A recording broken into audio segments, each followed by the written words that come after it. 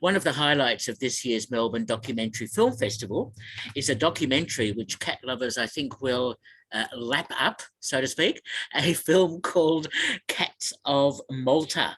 And I'm now speaking to the director, Sarah Jayne, and the producer, Ivan Malekin. Welcome to Movie Metropolis. Thank you for having us, Peter. Pleasure. And such a beautifully shot documentary, which sort of is both about Malta and about the cats.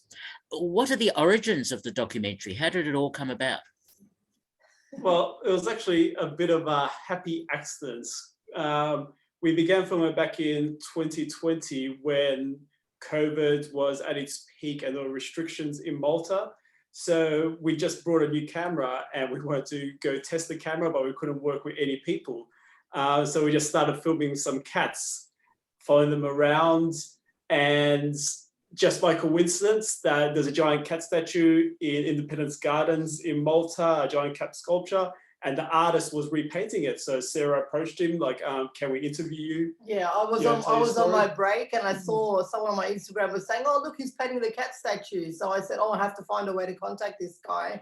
So on my lunch break, I quickly did some research. I found a way to contact him. He was like, yeah, sure, give me a call. So then he jumped on a call. He's like, yeah, you can come and film me. He's pretty relaxed, Matthew. So I think we spent about 5 sessions with him. Mm-hmm. And then from there, we're like, maybe we could do something with this. And then I remembered that in February, I was working with a woman called Polly March on a short film, and I saw her saying that she can't go and feed her cats. So she was on social media saying, I'm struggling to feed my cats because the elderly are not allowed to go out and feed during the restrictions. So I thought, oh, that's another story. Like I could go and talk to her about her colony. And then from there, it just started like, oh, who else can I speak to? And it just started snowballing from there. Yeah. What an interesting process, how that all worked out. So tell me about the actual shoot, because there are some really great shots of cats and you must have really got up close and personal to get some of them. Yeah, on our hands and knees, following them through the gardens and the bushes.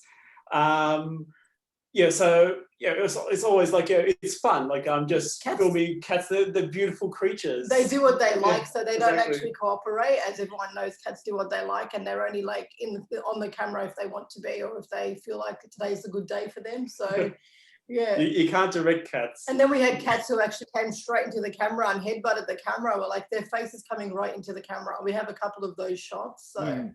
Yeah, so it just depends on the cat, but it was fun shooting with all the cats. Definitely. Yeah. Well, it's nice the way you've woven in the story of some of these cats in particular and of the people who are looking after them. There are some really interesting stories and people obviously quite willing to share their experiences. Some people weren't, like there was cats that I wanted to actually talk to, but some people were not actually willing to. Like they kept like, they didn't answer my emails and things like that on my messages on Facebook. But the majority of people that we got, like the cat community is very open to sharing and talking. So, because it's a lot of the like older Maltese women that were were a bit more closed off. But some of the other people that we found, like the majority were very open to like, oh, you can come and film my cats. Because the cats have their own little spaces as well. Like they don't actually want to, some people don't actually want to say where the cats are, because then it's a whole like, process of people will keep dumping cats there. So when I was actually filming for social media, like if you're going to put this on social media, don't say where the cats are. But the people that we had and the stories that we had, we're very happy to have the ones that we do have, because most of them came out of our own curiosity about what is the story of this cat, such as Nanu, the 3-legged cat. He's my favorite cat in Malta, and I always go and sit with him and talk to him and pat him and play with him. And then I was like, who owns this cat? Like, who's looking after this cat? Why has he got 3 legs? And that's how it sort of started going towards the people. Like, I went into the Facebook community. I'm in the group on Facebook, and I was like, does anyone know about this cat? What's his name? I put a picture of him up there. Anyone's telling me all these stories? So everyone was willing to give the information and put their little story to Nanu and to find out who he is. And we traced it that way. And then the other cats were all the same, like just trying to find out who owns them or find the feeder, and then the feeder will introduce you to the cats. Yeah. So it just all stems from the community, really. Like there's a really great cat community in Malta, and everyone's really happy about their cats. And we're talking to people about a topic that they they want to talk about it, they're happy to discuss. So yeah, a few people did say no, but the majority of people were more than happy to have a chat with us. Yeah. How much does the government or council or whatever in Malta worry about all of these stray cats, or are they pretty safe?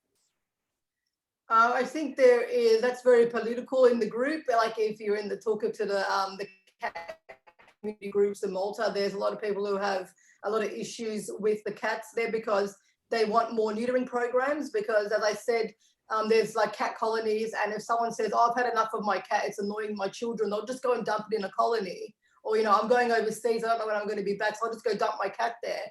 And if the cat's not neutered, it's going to grow the colony, and then the feeder has to feed the cat, neuter it, take it to the vet. So there's all those problems that arise from it. But the question again was about how much does the government worry? Yeah, the government. I'm not too sure. There are groups like we got that quote at the start about how many cats are in Malta at the start of the documentary from one of the bigger cat organizations. But yeah, I don't know. Like there are neutering programs that happen every now and then, but I think there is a problem with too many cats in Malta.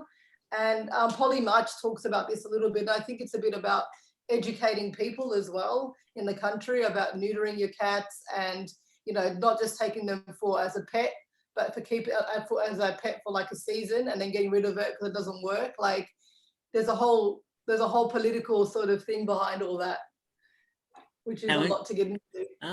How interesting. Because I think figure is quoted in the film 100,000 stray cats and 450,000 people on Malta. So interesting juggle. And such a small island also, so to have so many cats, it's amazing, isn't it? Yes, I think they need more neutering programs, which is what comes through in the documentary. And I think there needs to be more education about proper ownership of cats. Because I think that stems a bit from like the old times in Malta where the farmers would have them to catch the mice, and then when they're done with them, they'll just like, "I'll just leave them go there, and I don't need the cat anymore," and then the cat would just run free. And then they were trying to figure out how the cats came to Malta and how we had such a big population. I think that's the conclusion we came to, that it's just, over time they just kept breeding, but through lack of neutering. So very interesting story. And of course, alongside all that are some fantastic shots of Malta. It's a terrific country to live in by the looks of it, Valletta and other islands around Malta. Any logistical issues in getting all of those shots? No, I don't think there was any logistical issues. It's such a unique landscape, so we did want to show off Malta, not just the cats. We want to highlight the beauty of the island and the clay, the stone. It's like a really unique landscape. The limestone. Yeah, the limestone.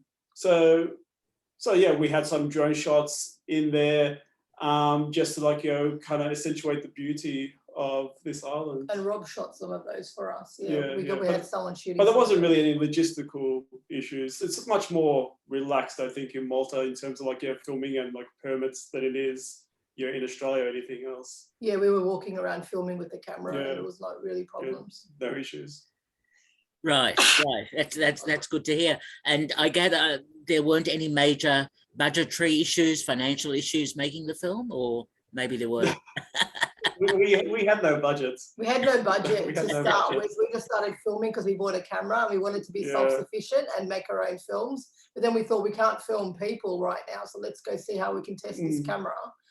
And yes, I think afterwards we realized we needed money for post-production, but to finish the film, that's always where we get stuck. We're like, okay, we need a few grand for this. But we reached out to Kickstarter, so we started a Kickstarter campaign, and that helped us not only obviously get the funds to finish the film, but also it got us a lot of audience, which is another reason why we wanted to do it, to grow the audience and grow the image of the film and spread it as far and wide as possible. So we have people, really generous people that gave money from Australia. I think we had a lot in the UK and a lot in the US. Yeah, in total we raised 20,000 AUD for post-production of the film on Kickstarter. So we're thrilled with that. So generous of people to support the film. And everything else is coming out of our pockets that we're doing now. So festivals and things like that. So Okay, that's terrific news. Tell me about the editing process, because that's always the fun part of any documentary, of all the footage that you have. How do you make decisions about that? It's definitely a challenge because you have so much footage. I joke with Sarah right now, even if I wanted to give the film to a different editor, it's impossible because it's spread over 4 hard drives. So there's kind of 9 terabytes worth of footage. So I had to conform it all to get it down something manageable. But yeah, it was a long process. It did take a couple of years almost in post-production, just because there's so much footage to go through, and you have different cuts, different versions of the film. Okay, does this quote work here? No, it's not quite working. It's not matching something else, so we'll shift it around. It's just a lot of trial and error until you're getting something that you think is decent. And then we've done some screenings in Malta, some test screenings, to see what people's reaction were to the film, and we'll take feedback, and then we'll readjust the edits again. So it's just a long process of fiddling until you have something you think is a decent story. And it was our first documentary too, first feature-length documentary. Yeah. So much different to narrative where you're actually working off an outline. But I think what was good for us was we were used to doing on-the-cuff sort of things, because we do improvised films, so we don't usually use scripts. So we saw a bit of similarities there as well. It was we'll just keep the camera rolling and see what happens. That's kind of what we do with our improv as well. We just let the characters play. So we ask questions, and then the interviewer, the subject would just keep talking about stuff, and then something random would happen with a cat. So it's just this is improv anyway. So we saw similarities. Mm-hmm. And it was easier to edit than our improv films. Yeah, and you're finding the story in post-production, and that's what I think all documentary filmmaking, because you don't know what you're going to get on the day. You don't know what your subject's going to talk about, generally. So it's in post-production where the story actually comes to light. And actually, one of the interviews with Isaac Muscat, the 13-year-old cat feeder, we actually got a 2-for-1 because there was another feeder there, and because we were in her territory. So we got Nikki as well. So it just some great, pleasant surprise on the day. So he had a little bit extra time. And then then we found a kitten on the same day, a kitten that had been abandoned. So there's a nice moment in the documentary where she's giving food to this kitten, and she's talking about how she's going to trap them and get them neutered and hopefully home them. How very, very interesting. And were any cats upset that they were left on the cutting room floor? I'm not sure how much information we shared with all the cats afterwards. I'm sure they are. Sometimes they creep into the special edits and the behind the scenes stuff. Yeah. Yeah, we did we actually filmed 2 sanctuaries for the film. We had another sanctuary, Tom Messina, and we did have to actually make a decision about that because the documentary was going too long. So that did get left on the cutting room floor, but we ended up doing, we still put that interview together, and we have it as a bonus feature. So when we release your DVD, there'll be a bonus interview. But that's some of the decisions you have to make, in documentary, because like I said, you got so much footage, and there's no way you can include everything. It's all films sometimes. Absolutely, I fully understand that. So the film is now going to be screening at the Melbourne Documentary Film Festival, which is great. How else will the film be rolled out?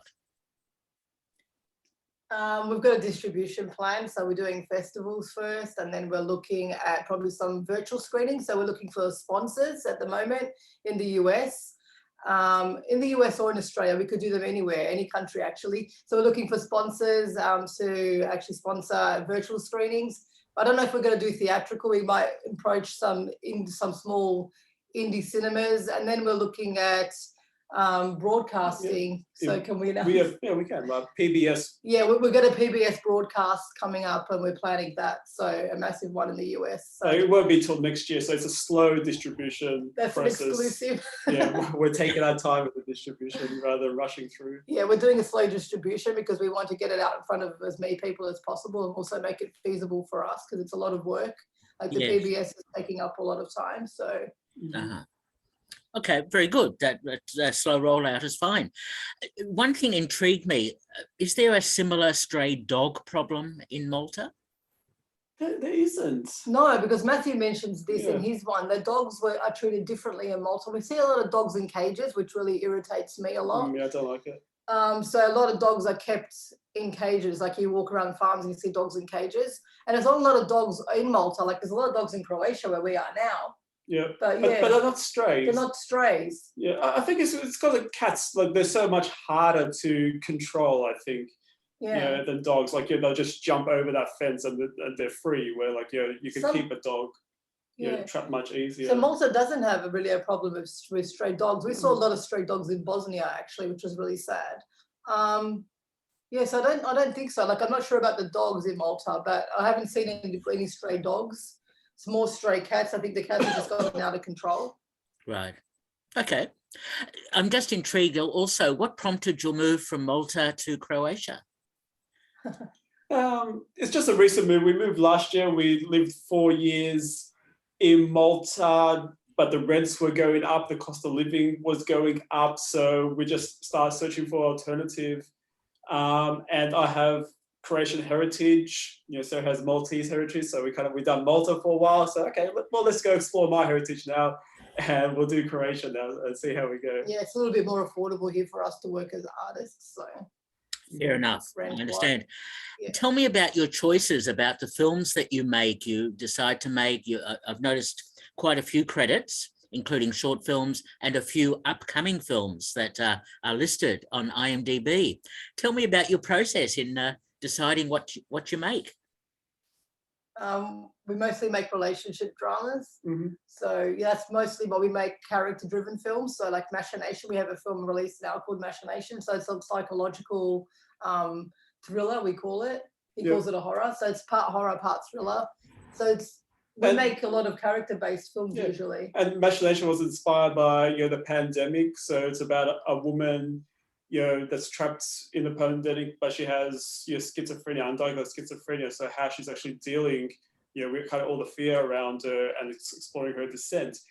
So in terms of how we decide what we're making next, there's no, it's almost just inspiration strikes. Like, what idea that do you have, and do you want to pursue further? Like we have a few, outlines, because we don't write scripts. We have outlines that are undeveloped at the moment.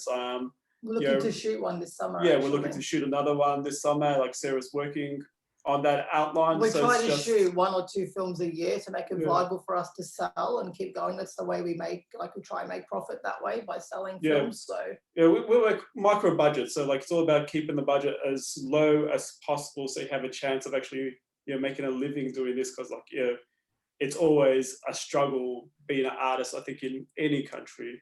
But we're finding a way to get by. Sure, I understand. So how much support does Malta give filmmakers? If Sarah can answer this question. It's a tricky one, because there's the Malta Film Commission, but they seem to bring in films from other countries to film in Malta. So for independent filmmakers, I don't think it's very strong. I know there's a few filmmakers making films there, but you have to apply for the grant. I think that opens every quarter. What is that? How often does the Malta film? It doesn't open very often. Twice a year, I think. Twice a year, I think it opens, or once a year? Sometimes it doesn't run. We had a project that we were developing, and we were intending to go for the grant, and the deadline was coming up, and then I wrote the script and everything, because I said we can't improvise. So I wrote the script and then I didn't open. I'm like, oh. Yeah, because they ran out of funds. They ran out of funds. So the funds are very low. There's been a big debate recently about, do we have a film industry, or do we have a service industry? And a lot of the younger filmmakers are standing up to locals and saying, you're not really providing us anything when you're bringing stuff from overseas to film here.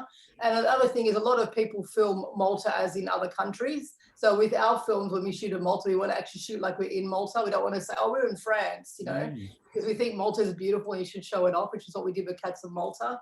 But I'd like to see more support for indie in Malta. But at the same time, we did have a grant from the Maltese Arts Council. We done an improv course in Switzerland a couple of years ago. So the arts is being supported through the Malta Arts Council. There's different organisations.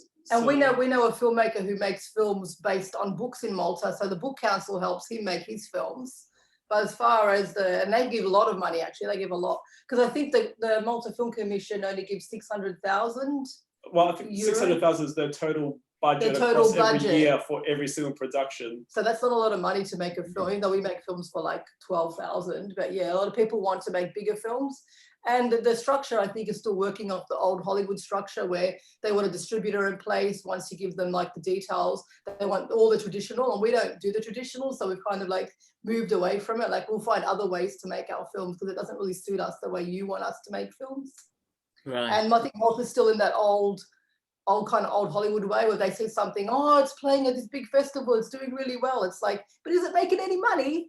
So like they're still on the old, you know, oh, the glitz and glam of it all. Like I get really obsessed with it, but I like to like work. I don't want to like keep pushing like films through and saying, oh, it's popular because it's been all these places. I actually want to make money from my film. So it's something that, yeah, I get very passionate about, but I wish there was more support for film, like there was more money.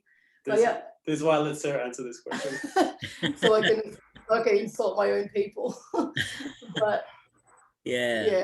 No, fair enough. I understand. It's so interesting. I just saw Jurassic World Dominion recently, and of course, key scenes were filmed in Malta. I was on that set. Yeah, they're plugging that a lot. The Malta. I worked on that set as extra and crowd control. So yeah, like they turned the letter. I don't know. I probably won't watch the film. I haven't seen Jurassic. I've seen the first Jurassic Park, but yeah, that's enough for me. But like, yeah, the motorcycles were like just flying down the streets and like, yeah, explosions, stuff like that. It was quite fun. They do a good job of bringing like lots of international film at the Malta Film Commission. So they do bring money to Malta. But yeah, in terms of getting funding, like 600,000 is not a lot for films. So I think that there still needs a lot of work to do. But as we've been, the discussion has been that it's still young and it's still growing. So, and I think with the young generation, they'll be able to bring more insight and hopefully better, funds and opportunities through education, I guess. I don't know. So is Croatia more amenable to funding films? We haven't tried in Croatia. Yeah, we haven't tried yet. So it's something we have to look into because we just moved here last year, but we only spent like during the summer we traveled around the coast and we spent 1 month in Zagreb where we're based now, and then we went to Australia for like 5 months. We didn't mean to stay that long, but like kind of dealing with family stuff in Australia, so we ended up much longer than we intended. And we've just come back. It has been a month that we've been back, so we haven't kind of really had a chance to explore the whole scene in Croatia or Zagreb. When we were casting for our previous film, we were casting for a short film, which we shot in our apartment here. We had people coming from Bosnia, right? They were coming from other countries, Bosnia, Sarajevo. So they were coming from different countries and they're willing to come down to act. And there was a few people we met here as well, but we're still getting into it here. Like, and because we work at home by ourselves, we seem like we're very closed in. It's like then when we need something, we have to cast the net out. So when we have to look. But yeah, I'm part of a women's group as well and online, and there's a lot of women in film that are making films all over the world, but there was no one else in Croatia besides me. So yeah, there was one from Malta, one from me from Croatia, and everyone else was all different parts like Germany and stuff. So I'm not sure. Still looking into that. Okay. All very, very interesting. We can chat like this all evening, but we won't. But I certainly want to say Cats of Malta is a film worth seeing as part of the Melbourne Documentary Film Festival. And thank you so much, Ivan and Sarah, for speaking to me. Thank you. Thank you so much, Peter. It was a pleasure. Thanks for the chat. All the best. Bye-bye. Goodbye. Bye.